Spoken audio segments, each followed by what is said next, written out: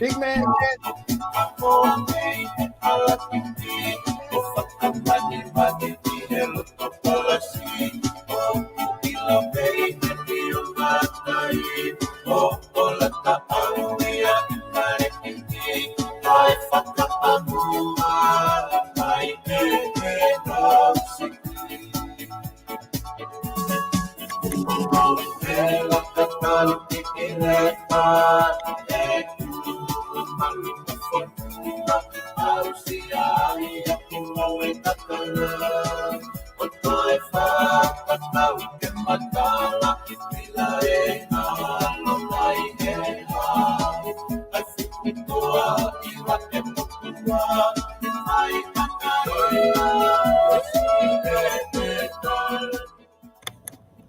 Kokori ke hufanga mo he tala malu e whanua.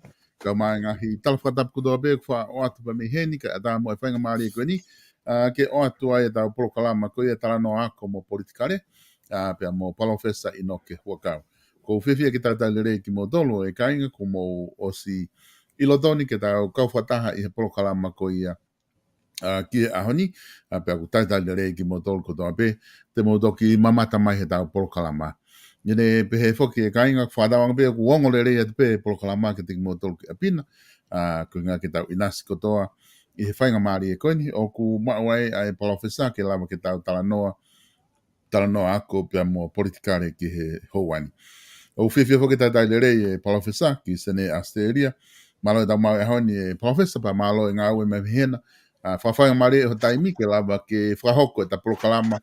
Talanoa ako mo politikare, me ose tauni, ka tau hanga atu ke ngahi aho holiday, patoki foki mai he tau ka hau, mahalo koe aho tahafitu ko ia o tise mai toki whakaosi ke ngahi polokalama ko tau peku, whakahoko atu mei heni, e te mau peta whainga maari e ke ta polokalama ki mua ke tau au koe ke ngahi aho Krismasi, ka ku whewheha ke palofesa, whewheha ke ngā wepa mi Asteriano. E si westa whanga pe whakatapu e polokalama ka ata mua ke whai e tatala ta noa he kua fuoloa e nau ilo pe na ke mo ua lahi pe kai ke tokanga ki ai pe ku iai pe ma whanki i mea pe o ku whakahoko holo i sedeni o au ki katoa ngā moe mea pe he ku o ku pau ke te alo kau ki ai he ngahi mea ni he koe whakaafe. Pea kehe mei ai si westa koe tau lau tāpu aki pehe tau mau mo ui. I he taimi kotoa ta tau wai pe koe whe alu aki si westa koe mea iau koe ke te pūre ki te ki ai. He koe te koe wakapuna pa te sio hake koe ke mi sini koe se ti pa te pehe. Koe wheka pau e pāfu mea. Koe ha si aku loto to fai, koe o mai peki time no, ke tau ako peki tau loto haki time no, ke tau lava loto haki time no, o ku hoko ha whakatamaki, o te fu ai ke loloa he osi ho taimi o te ke osi ho loto. Monla. Pea kou manako mau peke ke whakano e ku loto si vesta koe uhinga koe ia. Ka kono mo ni si westa whafu pe family mo tau community me he fonuan no fope o sio ai kakai mga patongia o na fuesia ka ku te whaka apa i ma o pe si westa ai loto ha ataha te ala kita sio atu o ko ne hela o ha mo ha he ko te a mea o kune ma Oua, ki he toko taha ko ia si pesta, ko ki mea kou ne mau ko ostahai. Pea ku te whakapapa, o ku ulawa me iai ke te tala, ku lau maari ele rei peho mau community hen. pe pe ki ho mau e a me he te waki atu ko ne o Christmas isi sta ko ni pot pe watu ko me i Australia ni kaunga Maria me akoto Koia. Ta makai te foki professor ki he te tau pe Australiana ko New Zealand ko Tonga ko tau uno atu whengene whai tau ki ngahi whai tau koia ke tana ki tu unga e ngahi a ko ku lava e ngahi whenga ako koia e ngahi kolisi koe koe ngahi whenga api ako koto api aku lava hu ako ai whanau hen tu koe ni he tainimi na wakai hifo tana ki tu unga i Tonga e university koia o Pasifiki USP na whakahoko mo ia i he ngahi aho koe ni ko mari watu. Pako tui koe, ko ne au koe ki he ngahi tuunga pehe palofesa koe, ko tāna ki tuunga ia ko ongo i he ngahi mātu alahi koe. Nau ki mana valere i he teu teu watu koe, ko osia te totongi ako mo ngahi mea he tau koe ia kai. Teu teu ki ngahi tau hoko mai. Whe tuunga ha o wakai ke tuunga koe ai ako ho tau whanua hene lere mai koe ni he konga ki muini o e kuata mai koe ni. Tuunga koe ako whakaofa o pito e Silvestar. Ka koe mea koe ke tau tokanga ki ai. Ke ata mai e tau wako i he ngā au e whanua. Koe. Aina koe mea mahu inga i a ke tau nofo ai. He kui ai e taimini ihi ku tau nofo taha he tau wako. Ka kai ke tau ilo ta tolu hono mahu inga e ne whikau aki mo e tau ngā au e. Koe. Koe whakatātā pesi Silvestar, koe whanau fo whai tohi tangi a kau contractor, pe koe kau kau aki. Ai, koe tohi tangi a ka kai ko na ulanga nau ngahi whare. Ikai, tohi tangi ai kau ka kai ko na ua whai langa. Ai kau, ngahi kau taha langa. Koe hae paupare ma. Ai ko nau tohi tangi ko ngahi contract ina nau sign he osiko ko o tsunami. Ma te ngahi tokoni ko tsunami mo ya. Ke langa ko fanki i whare tokoni holo ko ke kakai. Na nau sign e area pau he ngahi taimi mahalo ki he konga ki mua e tau. I he foi maho inga na o atu ka nau doge nau whai aki foi ngā awe. Pea mahalo ku wau e ke tainimi ko taimien ke tok whai langa ku ongo i ngai kau tahalanga fu mamafa koloa mo mea si e se ni tia ko ku o na fai ke na uraki area pau mapa na na kore ke pure anga ke te whakalahe se ni tika lava ke fai ngā we pea mahalo ko taiwhi mahino aki ko ia pehe he pare miana o se hiki pese te hiva ka mahau ke ongo be ngai kau tahalanga ko ke whiunga pea ku hoko ai tahitangi Silvestar, ko mea ko lau koe ke alu e tau wako ke ata mai he tau ngā aue. Koe. Koe pese te hiva, ko pau ke whakahoa ia ke hike a koloa.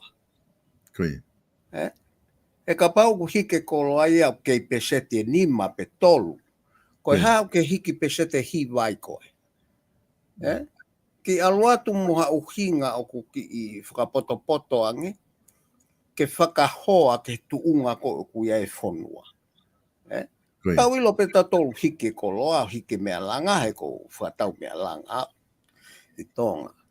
Kai toki whakawhotunga ai ngā wehe tala noa mo pure anga, he kai kia mea lava he tohi tangi e Silvestar.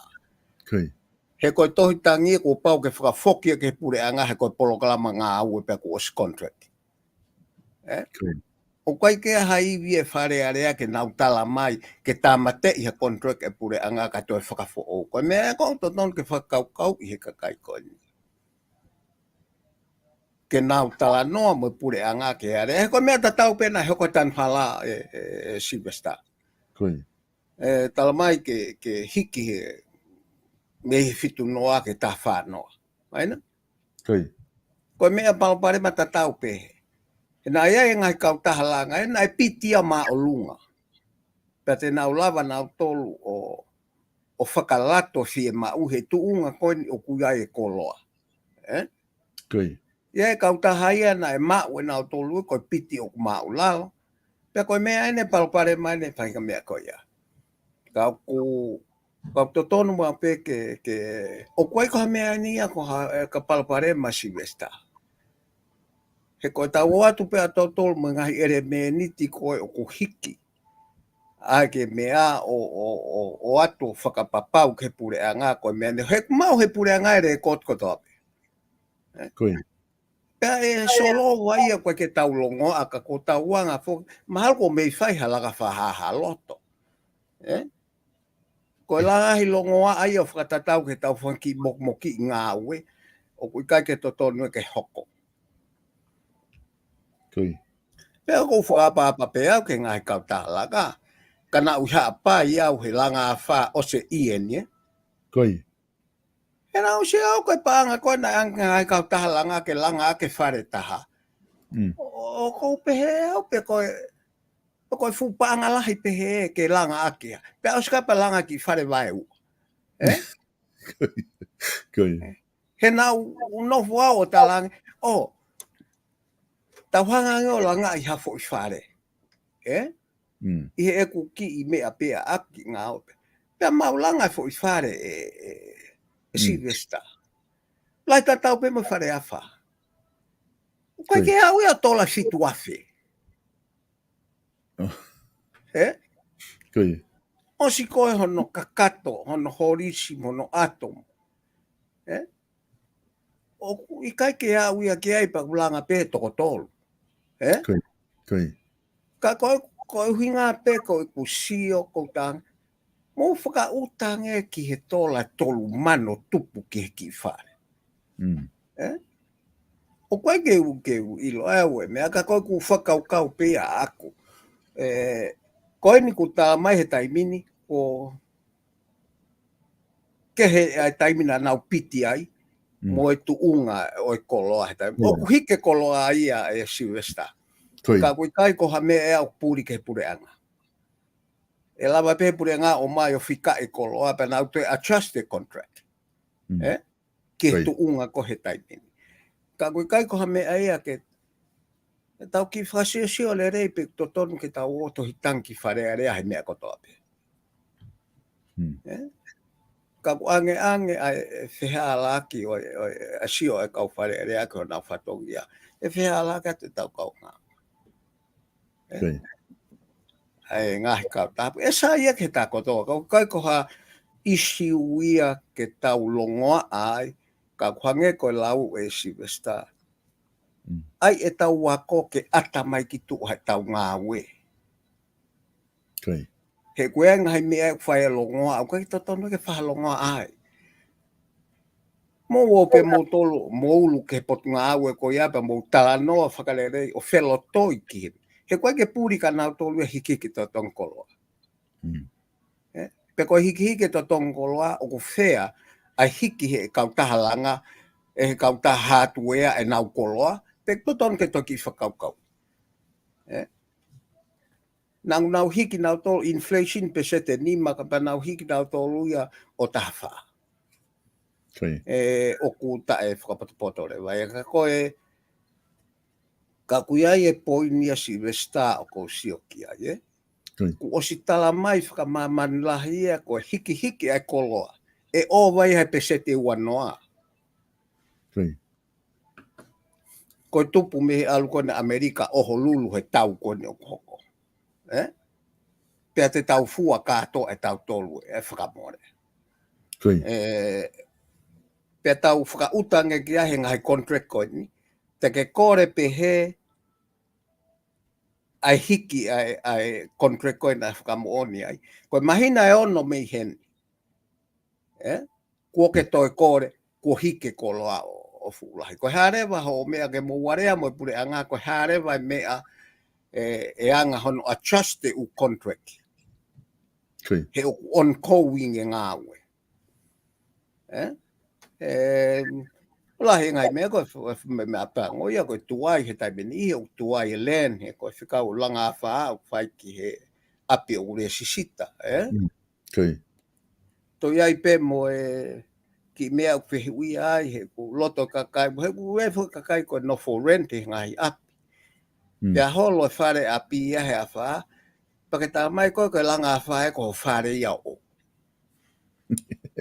Koe palapare ma, nai palapare ma heni ai ai pure ngada mantu e tai mo sami wai pulu he pure ga mo tua na ka ke tari a sami ai fahinga excuse pe ko langa ha fa I he fare o apina ke no foi tata o pepe ko apo hai pe hua te pure anga a krisi o tari pe ko me ale wa hoko ia ko tu ko apia ko na holo na fare ka ke al ko me fare o langa ki ko apke ka ke he si vesta ka ko poini tau ki ngā ue whakatatau ke tau wako ka tau no. Koe. Koe mea pe whokia e professor mahino a pito ai whamatala ke whai. Koe ngā he ku, kone taimi pe koko koe ke hā mai ai ako I he ngā ue. Ai ngahi ako koko tau whaha ko he ngā ue. Koe mea pe te tawa o rewa tatoru ke ai koe longo a pe moe wālau moe ke moe mea he. Ka koe tuunga koe nuku ai koe ni, ai koe pau koe tuunga koe ai ako e professor. O ku whaafofa pito hange koe whakaukau ki amai. Kau ki I awhe mo a mea I ki he wharea rea, koe ni ku ta o si talanoa ki he tohitangi.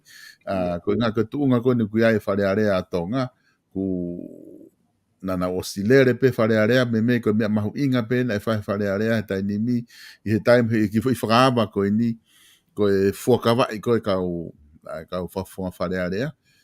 Pea ospe koe pea kamata rewa, ai tohitari ko ia ki hene afio pe hoko marewa ki heno area e ngahi ripoti ngahi ripoti ko ia ngahi wahenga mo ngahi potunga ue pa te nau foki mahe pure lulu I ka hau o whama opo ai ka nau tāpuni rena te to apure lulu ka ko ki mo ko ke ta hau ko ki he ngahi ke fuak tapa he ko fuak awa ko laki mea nai whai koe wai toko lahi ku nau whehu ia e nau tolu ia. O ku lahi ange taimi tāpuni e wharearea he taimi o ku awai. O hange be e wharearea he taimi ko ni ki awa be ke e whai fuakawa ko ni ospe I fuakawa ki hama nau whawawe reka tāpuni. Koe whehu ia tu wheho o wakai ki ai. Koe nau molo be tu ton ke iai nau whaiteri he pe taimi nau awa mo tāpuni pe koe tu unia me fe ia ku ka koe konga ia ko wakai ke ai professor ku lahi ono fa fehu ia ma pe lahi tāpuni e whare area koe mea pe tau tokanga ki ai koe tāpuni koe ka ke tāpune wahe koe Te kai poki tāpune wahe a taimi. Io he ka pau na tāpune whakataha pe ia mo ki whakatatafe wahe. Na kai ke hoha atu e kakai e ki ai. Ka koe ilo koe o ku tāpune whareare ai ka lere pe ai wahe. Ia koe ke ilo au ke polo kalama tala anoa koe e whareare a ki lere. Ka koe me ai koe e whatupu ai koe hono whehu ia. He ku osi lere ka kato e wahe ia. Ka koe o te si I haku tok whanongo pe aku ia he mea ko tau tāpuni ki muini. Ki wharearea. He ku ai whoke excuse ta ai o mai ko tāpuni ne o tāpuni whare o kei lere pe ngahi komitia. Ka ko hai o ku ilo ki ai koe ke tau ilo ki ai. Pe ka pau o pehe I kai ke lau ia o ku tāpuni e wharearea. O totonu ke nau toi ngā ua ke harea ko pehe ko tolo I e wharearea ka whakakato e ngā ua ngahi komiti ka e toki o mai he o hu mai wharearea he taimi koe o si ai. Ke ki whakarea pehe si westa ke whakapatupoto ke ua e fu hae kakai ki ai. Pa koe kakai fo tau tō tai pini ku tau hoha ke mea kotoa te. O a ue ke ki tāpuni e wharearea.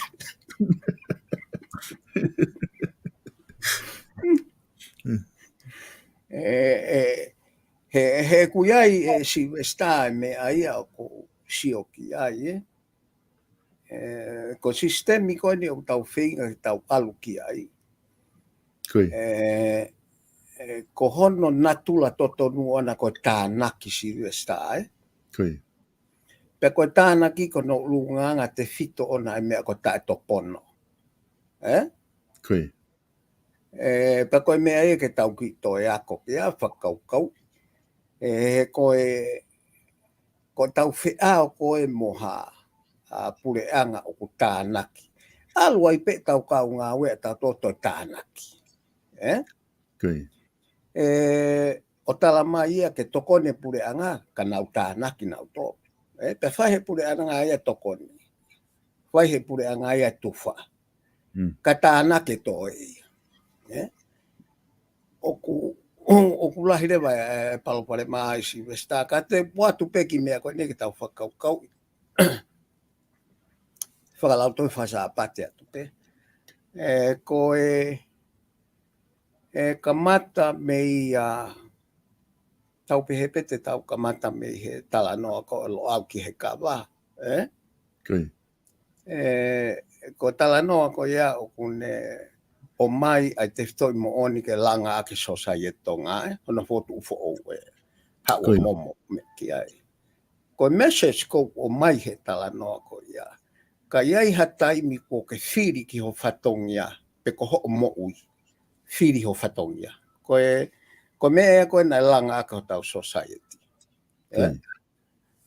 Ka koe whihu ui rewa. Ko ho ilo ki ho whatongia. He whakatu tā maki ka pau o koe ke ilo ko ka whatongia ka whui whatongia halaia pa ke toki mate koe ki ai ta koko whui mea halaia. Ko pau rewa ke tau ilo whakapapau i ho tau whatongia ka tau toki mate ke kakai. Tok pehepe mo ui ai tonga au mai ke aone.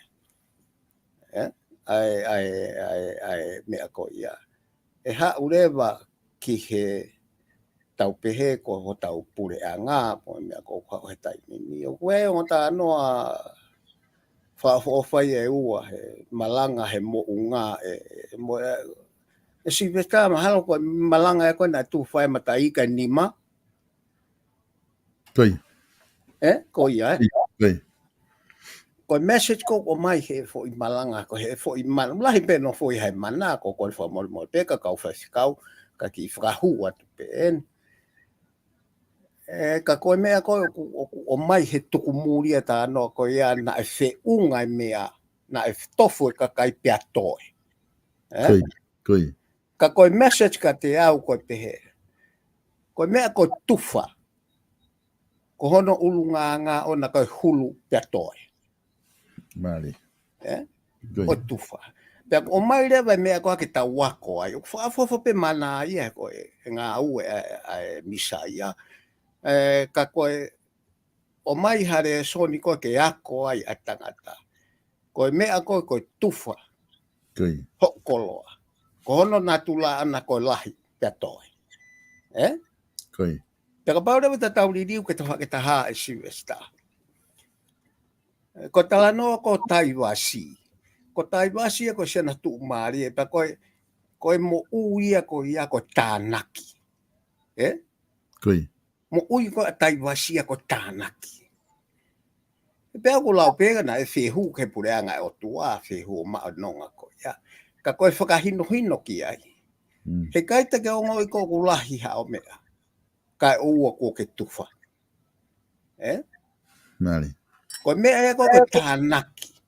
Ko hono ulunganga ona ko tae topono. Koe.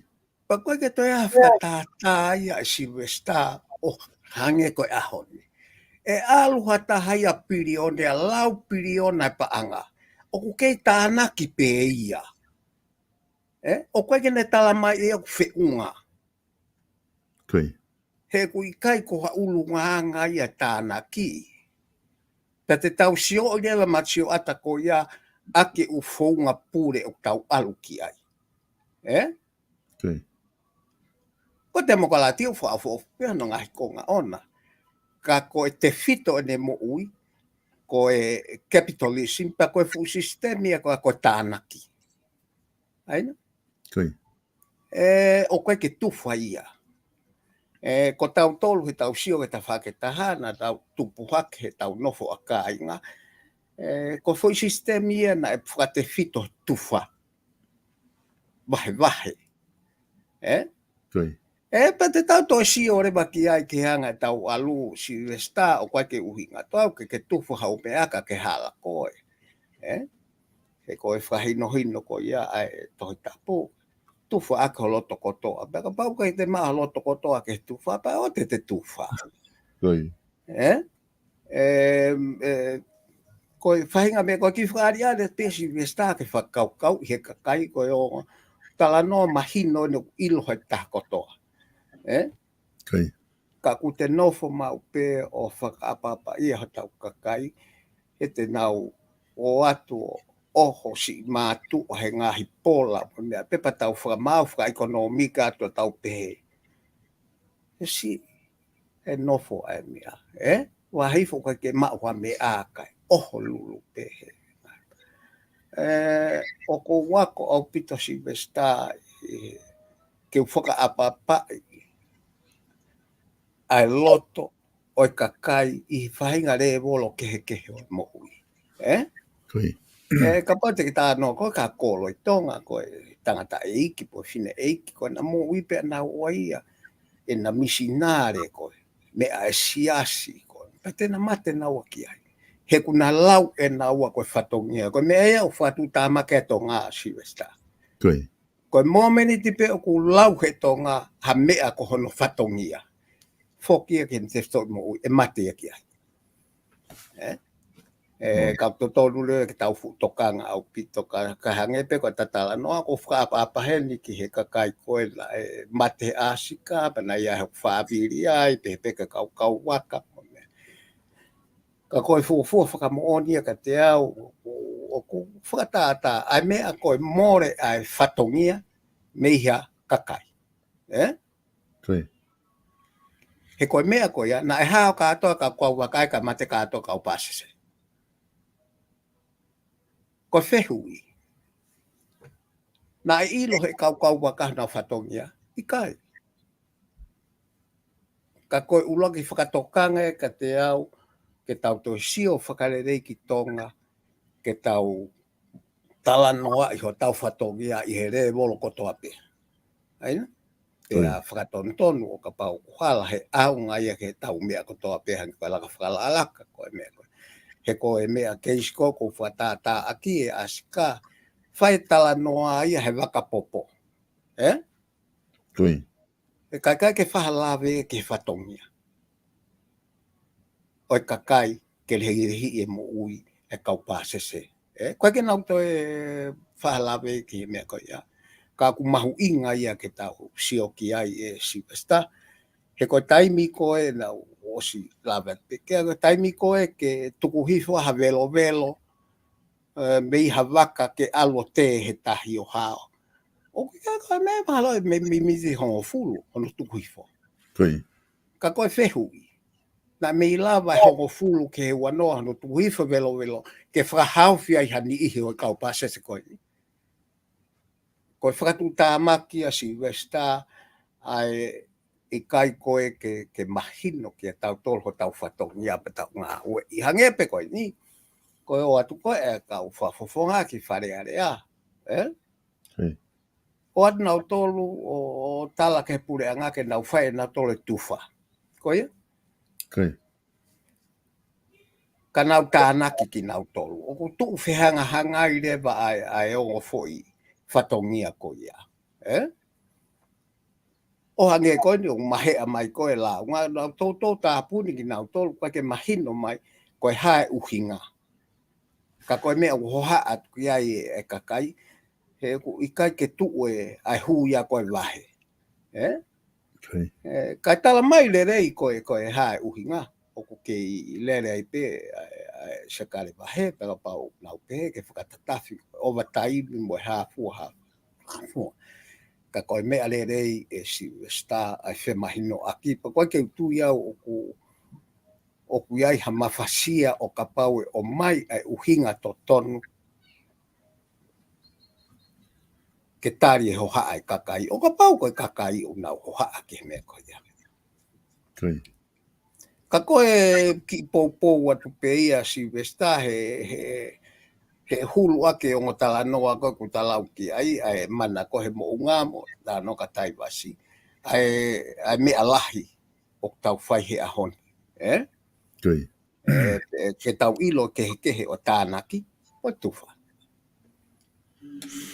Mahina pito, Professor Pako Tui, o ku mahina pito ai whamatala koe ni ku ke o mai mo ki talanoa la de whakasapate koe ni me wholofola ku ke whakatata aki. Hangai ko talanoa koe ke whare area ko tui, ka pā mahalo na makatuunga ai tatau ai awa whare area mo e wahe, ko ne tāpuni pepa, tāpuni mo e wahe. Ko tui mahalo te tau te handa tolu ko hamea ku rere fuoloa ai whare area he tau kai hau kai ai mo ki tāpuni. Iyo ko mea e hoko. E rere fuoloa mo whare area kai whae nau wahe te tau te te. Ko hamea ku kai ai mo ki tāpuni tau whare area ke hao hase niti kai. Ka ku nau whare area fuoloa pe he ai. Ka ke he professor te hiki mai ki he fuakawa. Ke koe tui koe isi koe ni o si tala noa i pe ai isi koe ni he media sociale ai tuunga koe na au ki ai e fuakawa koe ni tato fito ke fuakawa e whafonga koe ni o tangata fitu e ne kore ke fuakawa whapapalang ka o ai e fuakawa whakatonga koe ngā koe ne tui ko ana ka koe whewhe ho wakai e koe ki ai ke tau kua whafonga fo o koe toko tolu na e whiri he ngahi wā he ngā po na hū ki loto e nau perform ko ia i he fuakawa mo ki fo i aho i whiha koe ni whae whare area. Si besta mahalo ki me ai ni tatokoni atu ki ai, Koe. Pe e tatau e pepe tui mahata ke tau ka tatokoni atu. Ko fuakawa koe kau whare ai si besta o kuiai hono kupu i se te sila lahe whae. Koe.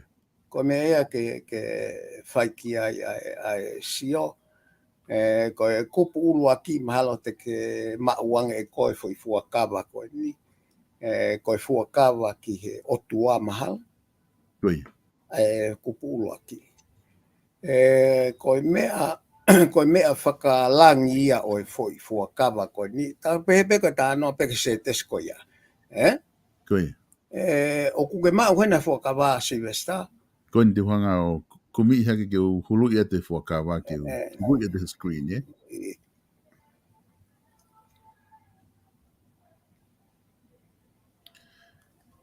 Ko kai fo ke u mana tu i pako kupu whiha ko a ku whai ai fuakawa. Walu noa mahalo. Kupu walu noa, e koe e fitu. Oh, koe ni. Koe ngahi fuakawa. O ku tonu mau. Na walu tolu. Walu tolu, Koe. Aia koe fuakawa koe ni ku utarafu koe fuakawa koe ni a kakai, Koe ia e fuakawa kau whafofonga. Ka whafonga whare alea. Koe. Okay. Ai koe kupu walu tolu ni ku iai e fuakawa. Ia.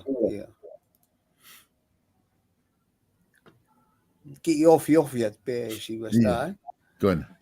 Sio ki he konga uluaki. O ko fuakawa i he ao o tua. Te utalango fua mo oni ki ene afio ko tau whahau. Koe. Ko foi konga koe o ko fuakawa i he ao o tua Silvesta ko foi konga whakalau maari e ia o mea. Ko o tua ko ni o tua Kristiane. Koe. Pea o ku whakahuu ki he tuku whanua koe ki langi. Koe. E pehe koe tua te tuku atu ko kakai. Ka koe mea koe ni kune hai whakataha ia hataha pe. Hataha ngā aue pe. Pea mo tui ki o tua koe ni. O koe rewa ko ngā hono hoko ko tā mai te fuakawa ko talango fuake po wha ono. Ono. Tu i to tonu o tonga. Ko foi konga kehe ia. Pea te talango tauhi ki hono lao mo no konistu ton ma oni ki hao ai konistu ton e pure angatonga ko mea whakalao ia. Koe. Konistu ton e hono lao. Pea osi koe apa hono wha. Pea whai to tonu mo ma oni a lakanga mo ngā ue o whare area. ko mea whakamolare ia o ku watu. Ka koe fo I taha koe ki o lunga o kehei. Ko mea ia koe ke o tua. Pe ku ke tui ki ai ki he o tua koe o ku mai he karistiane pe kai. Ko mea kehei ia. Ka koe hoko koe fo I tolu koe ki lalo. Koe fo I ulunganga whakamamani ia. Koe fo I anga whakamamani ia Silvester.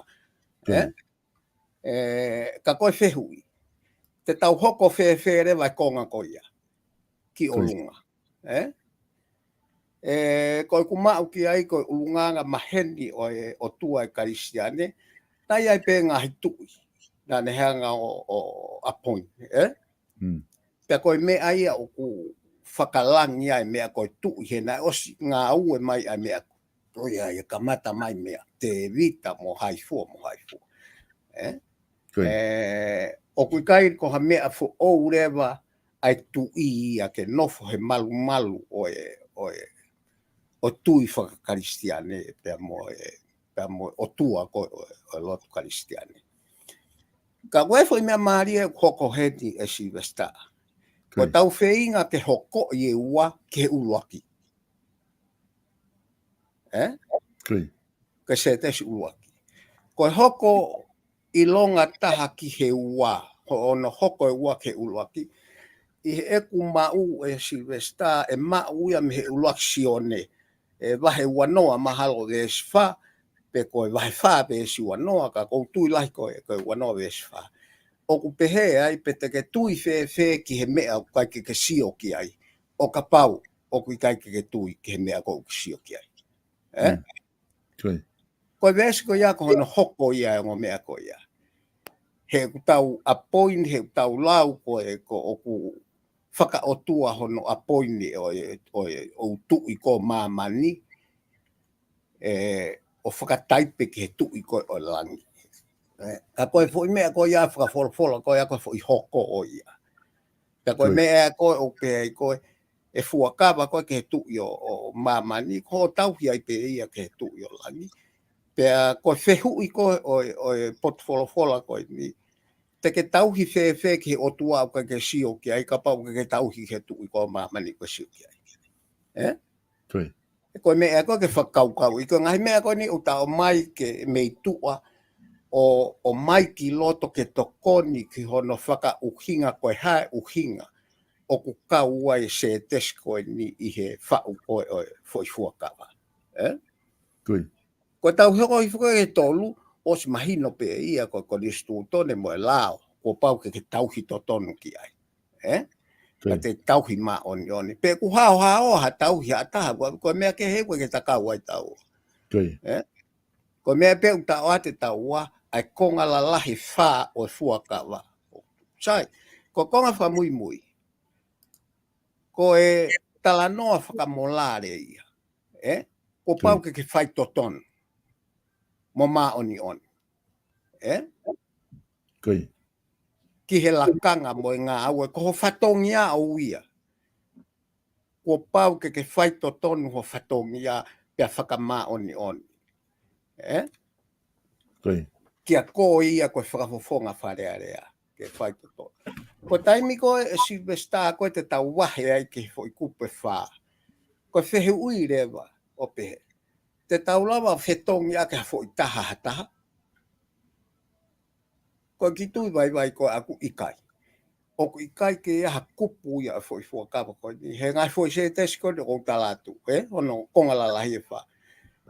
Ke pehe ke tau whetongi ake konga ua ka tau ai peke konga uluaki. E pou au pitoia o ka pau tena nofo he kehe peho na whatongi ana.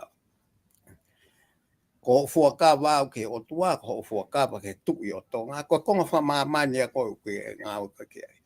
Pake fuakawa ke lao e whonua, pake fuakawa ki he o whatongi ana. Pe o ku hau rewa me iai Silvester, pe o ku mahino ki he kakai ko u fuakawa e mawhatuki o e fuakawa koe ni.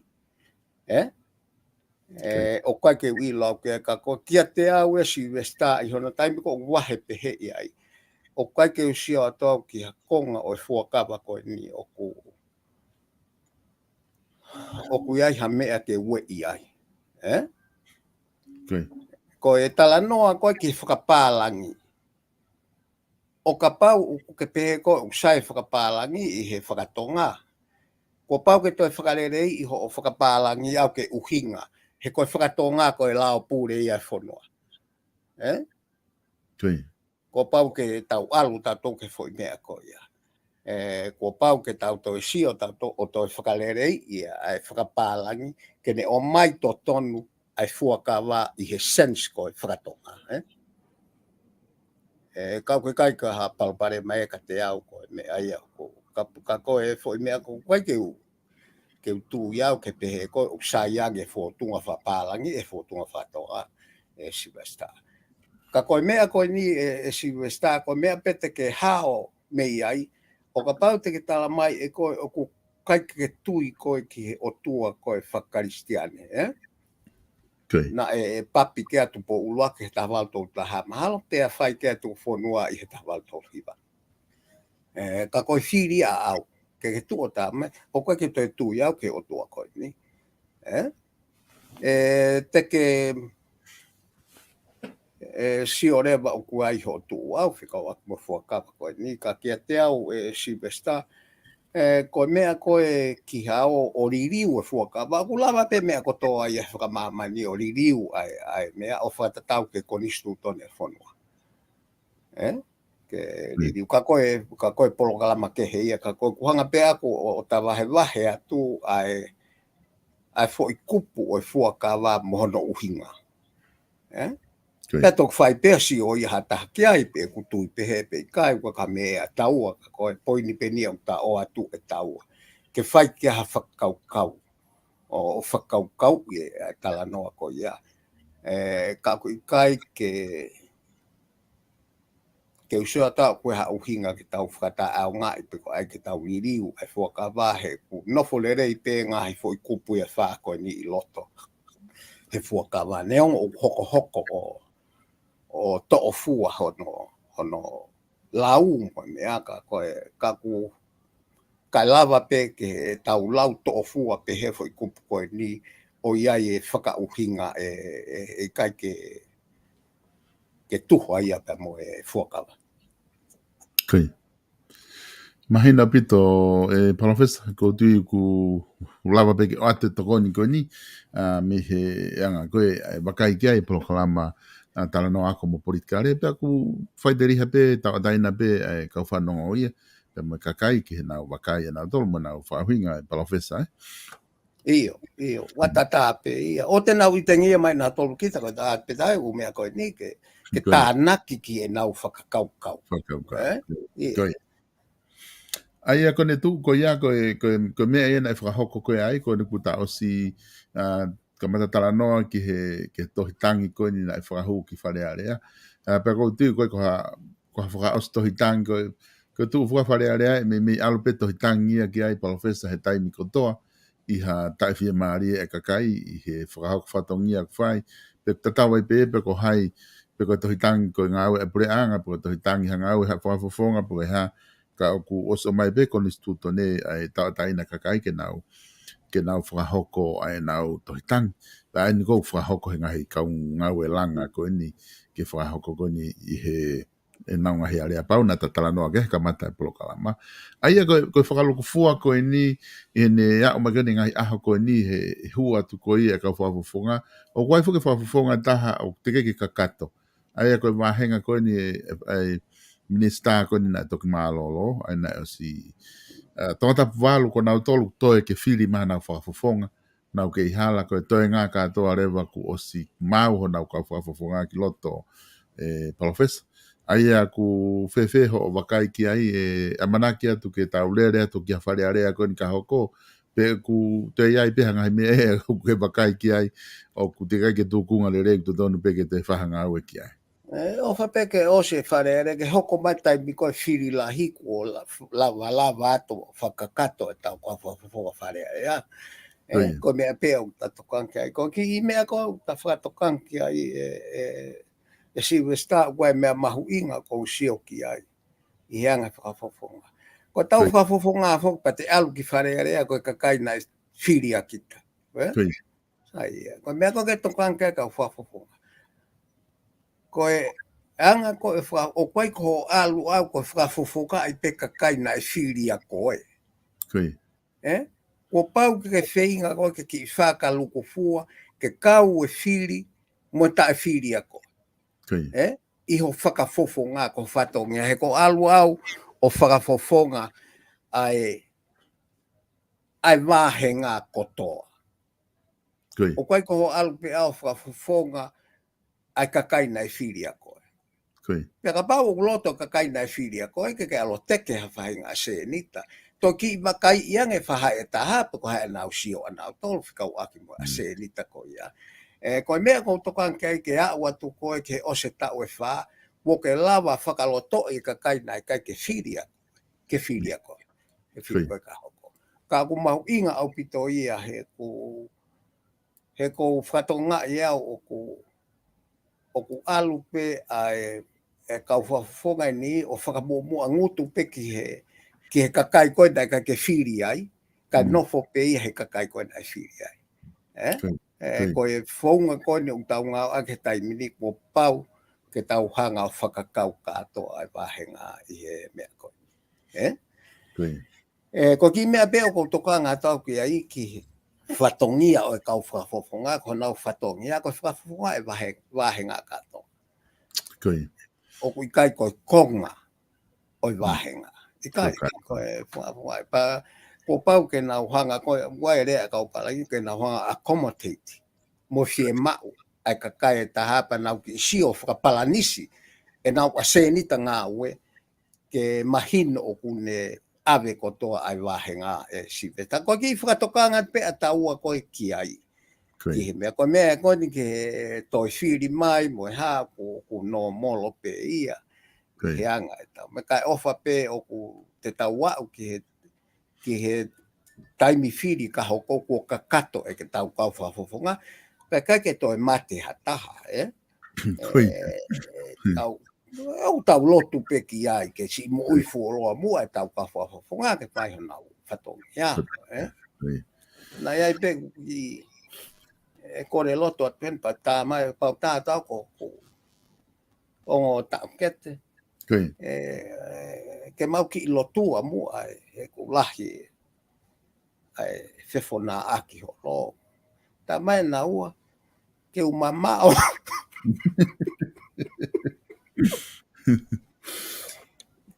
Ke tuku ngai pe lotua ka na ua ka umamao me iai na o ware ko lotua ka hoko ha mea. Koe whahinga tai whalala ia maa. Silvestra koe te apeo o ku hoko. Ka kou pehe atu, fotu uke, pehe atu. Tau lotua mua e princesi mo tuita, manopere tuita, ka waha e whemea aki o Amerika, Nusila ko e niko, hau e whatoka. O waino, babahe koe me lotu.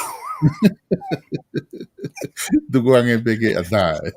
O te tokan koe ke lotu, mau whai pe mau tolu.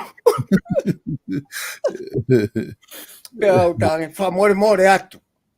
Whamore atu he kau noa. Ka kou pehe au kai ke mo pehe. Au kai ke mo lotu. Ta koe o ku iai peka. Sai pea ke utu upehe ta whaaki.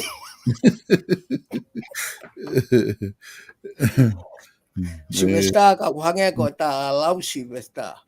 Mahenga he mea ia o tau. Neonga o ku tau ka tau totonu ke tau tohitang. Ka ulaki no fo hifo. Ai ka kai koe ni o whakakau e ka kano e tohitang. Ko hae mea o ke tohitang ki ai. Ko wherewa ma umawhai totonu o mea o ke launga ki ai. Wo ke alu o presenti ma umawhai koe ni moho o pepa. Pe koe paperwork. Whekau aki mo hiki ai koloa. O ne ua sia ho contracti. Koe mea ia. He kai ke alu koe o toi tangi a wheitu ukehe, ka koe whatongi ai o whai e he wheitu ukehe. Neo o kui hau to tonu ke alo to hitangi Silvesta. Okay.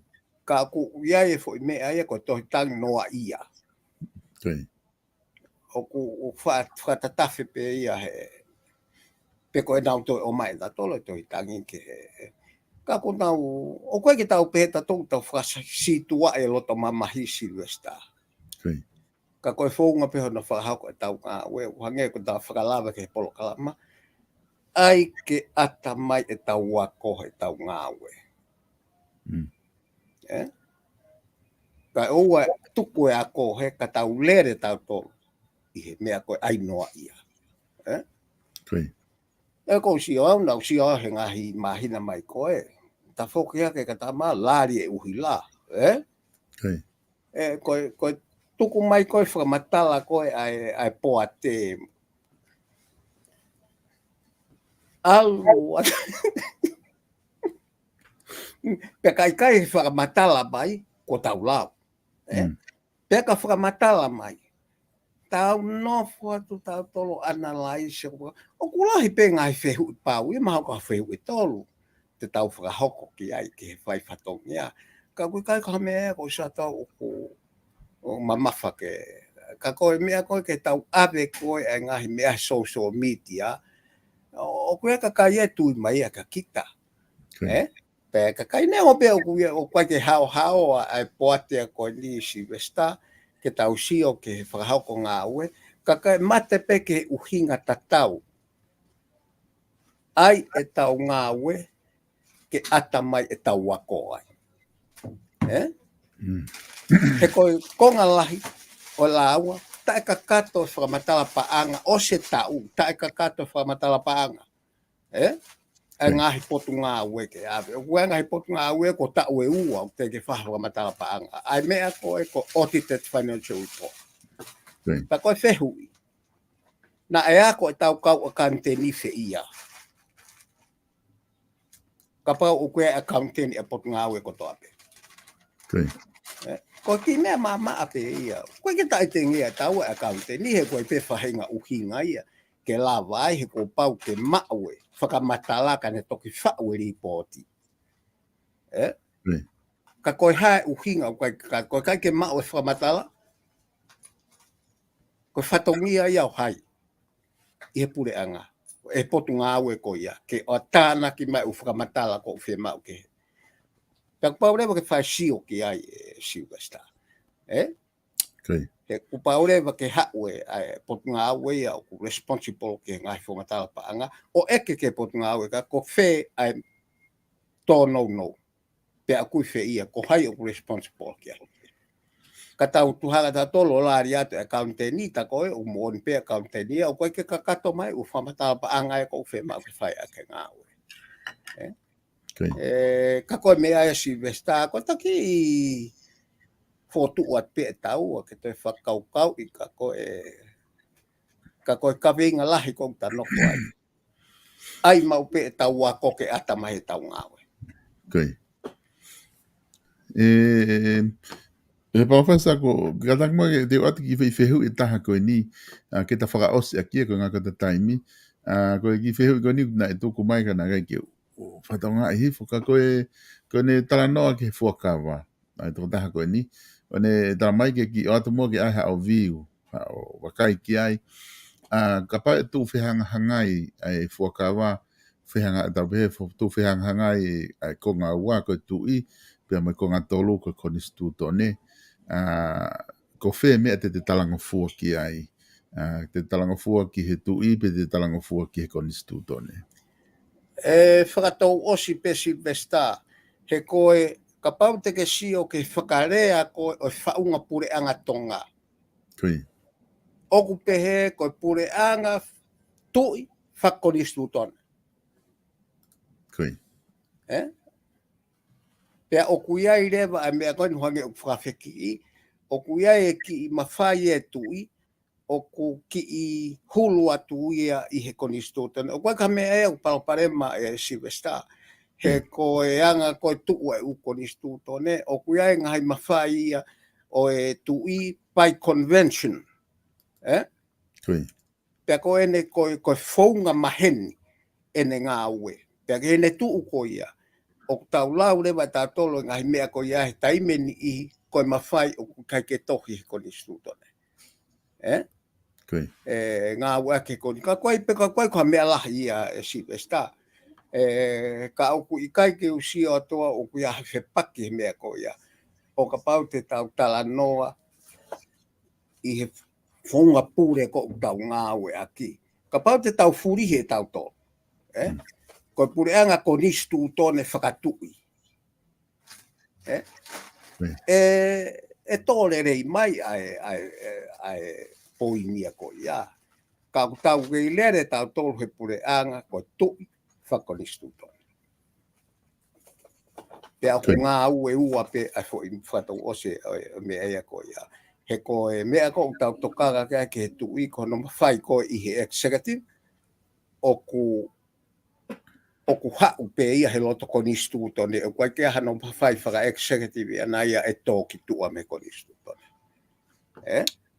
Koe ne ngahi prerogative ana ia koe mea pe ia ke whamiri ko whiri ha. Moe ha ka koe ke ia hea ne prerogative ana tene uesia ai executive power. Te ko tau tā noa Silvester, koe umea koe ni, o koe ke toi whahatau loto, po stohi kātohe ko nistu tone. Pea ka pau rewa tau loto ke ririu ko pure anga whako nistu tone whakatui, o koe ano whaunga.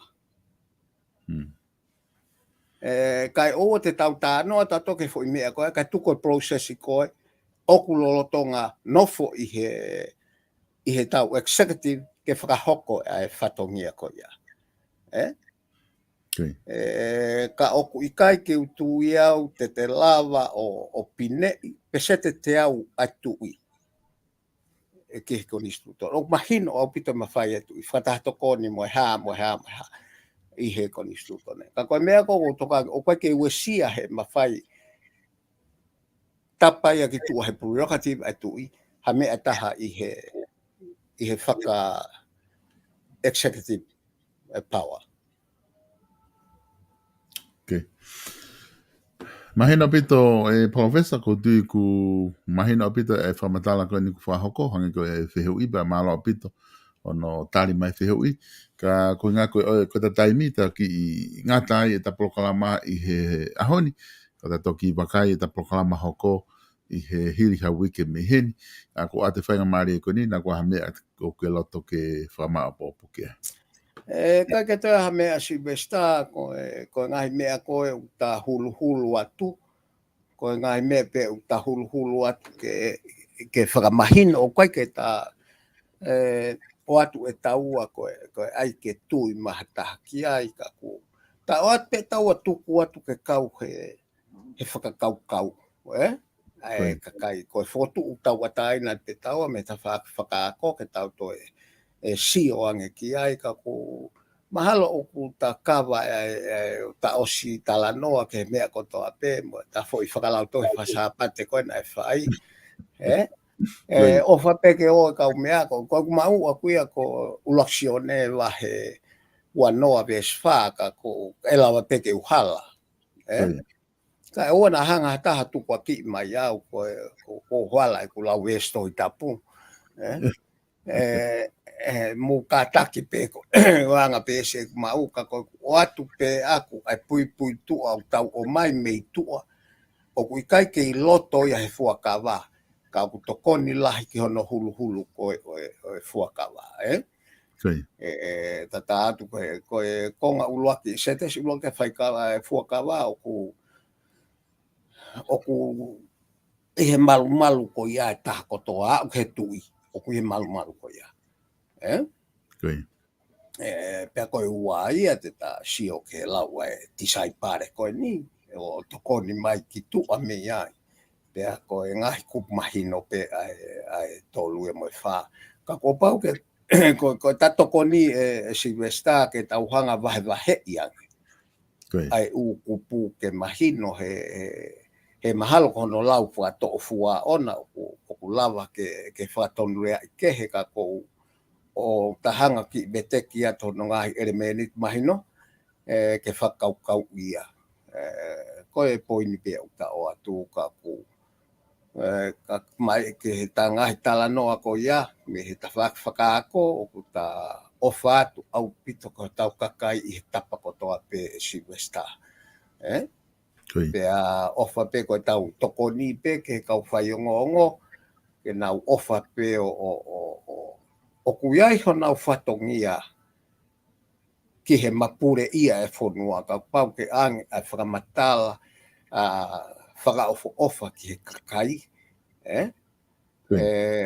ke nau kau kai ke te ave ha whakamatala ke whakatupu ha ita ha whaahinga ke ha whaahinga o hangi koe mea na ke whakaha mai he ula kamata ka koe tau oange a whakamatala ke nau whakakau ai mea koe o nau tui ki ai pe utoton koe ke ange ia koe whaka ai ke nau o mao rea whaka ita mai siwe koe mea ia ko toka lahi ke ai siwe sta he ku paupare malahi ai a mamani he taimini i he whakarea whapapalang koe o koe ngahi narrative koe whunga tala noa e kau whai o ngongo o ku nau tataki na tole whonua ke mea kehe ka tuko mea mahu ngai pa koe whakatata mahi no pe siwe ta mahalo ku kai ke mo ilo no mo tu inu sila ke pepe mau tolu hen pe pepe kakai Amerika o ku tu unu ka mamani ke tau i atom he kono uhinga ka ke asi e whakamatala ko e ongo ke tau tokanki ai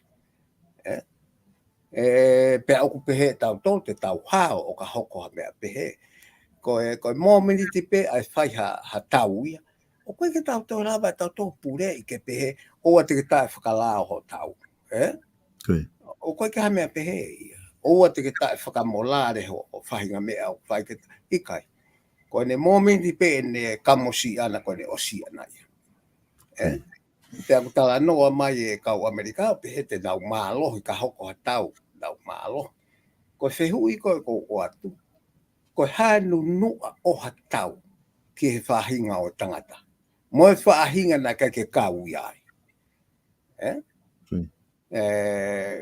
ka koe palparema o ki mui mai palparema tau tolu ke atakai Silvesta o ku mua mai palparema ia no uesia ki tau tolu o ka pau hoko ha tau atomi ha imamani aini o ku koe ku ape pongpongo to Silvesta o to o hake o si o ke ngahi whakamatala he koe it can happen at any time kau tau whao me pe tau lotu le rei Silvesta ko toi foi mea e taha te ulotu ki ai na toi whata au ngai mai ia ka ke he ka ilo pe tata noa ta o whalahi atu ko tau kakai he whitu kotoa mo ngā u e tokoni mo langa ki o tau ki whonua ka tau to humu pe Silvesta mo tau aluki mua whaafo pita Malo pito professor fa malo la he tu helava e proclama ta no ako mo politikare i he fiafini ta toki felonga ki o se ha wiki miheni o te hoko atu ta proclama i pa ko te hanga i siu ke mapuna hake i taimi ko o atu ke hoko atu ki ai ha wakai a koe pa mo proclama ke ngahi i siu ko ia o fatu ke hinga u fa hoko me Australia na professor o fatu Silvesta Koi. Whamalo atu e kainga i he lawale rei koe tau proklama i ahoni. Whamalo atu ke tingi mō tolu ko tō apeku mō kau mai tau whiao i he proklama koe ni pia mō palofesa i noki huakau i he tala noa ako mō politikare. Pia ku whawhi et ki mō tolu ke mō tō e mea mai pe i he hiri ha wike miheni te mate whoki mai pe o whakahoko tau proklama koe ni tala noa ako mō politikare.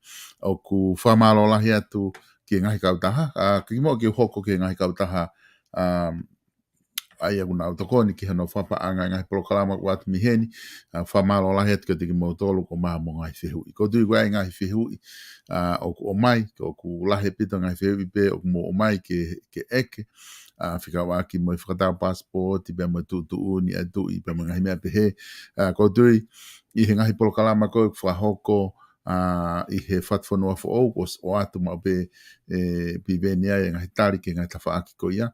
Ko ngahi proklama ke he ko whahoko ko o ange whainga maari ki he ni I ko ia ku o mai tato fito ke kakai ko ni han ko professor ke waka ko professor Sesi Olaftani pe mo kakai ke ko o mai ke na ke ngai pro kalama ke o mai e na viu ana tolu na ku te ki ke he angeia me he viu ko o mai proklama fatfonua mga proklama ke he pe angai ko pafango saione pa kone o atu katoa ko e ngai viu ko ia e la bareva ke tānaki katoa ia whakataha mo o wakai ko a koe no tu te ke lava o whau a kia hafo I whakakaukau o te māmange ko ngā ki he anga e tau tala noa wha politikari pia ku whamalo la het ka tik mo tolu ho mo kau mai ta tau pepe koe hae ai tu unga ku ke iai pe koe hae tui wha politikari ku ke iai pe wha sosiale whamalo atu ho mo kau mai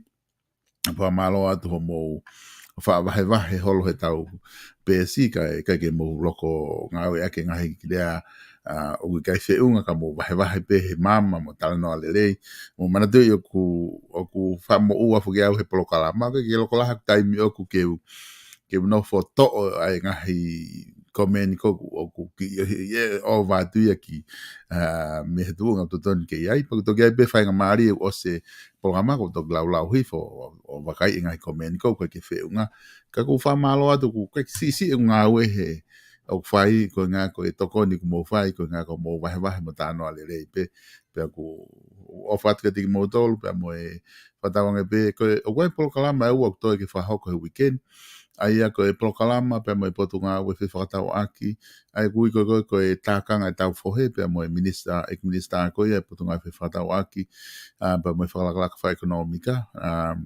aku ne faha mai e folau ki fisi o prokalama mai mea ko tu pe ko pongpong pe ko fala ite pe mo tau prokalama pe ko ia fatfonua fo pe mo e fafonga tap fitu pe ven pikala e fahokot mo ia I he ho fulu pongpong I pongpong fala ite ko ngau maki diriu pe ki fala ite ko nga ka atanga hi taimi fale area ko ne tapu ni be fale area te ma fokile wa ki pongpong tu site ai ko pongpong yang mahenia o ku mafa nga we aki I he tau proklama kage ko e ka sponsor ko ia fa malo ko tu ake tu enia pe me he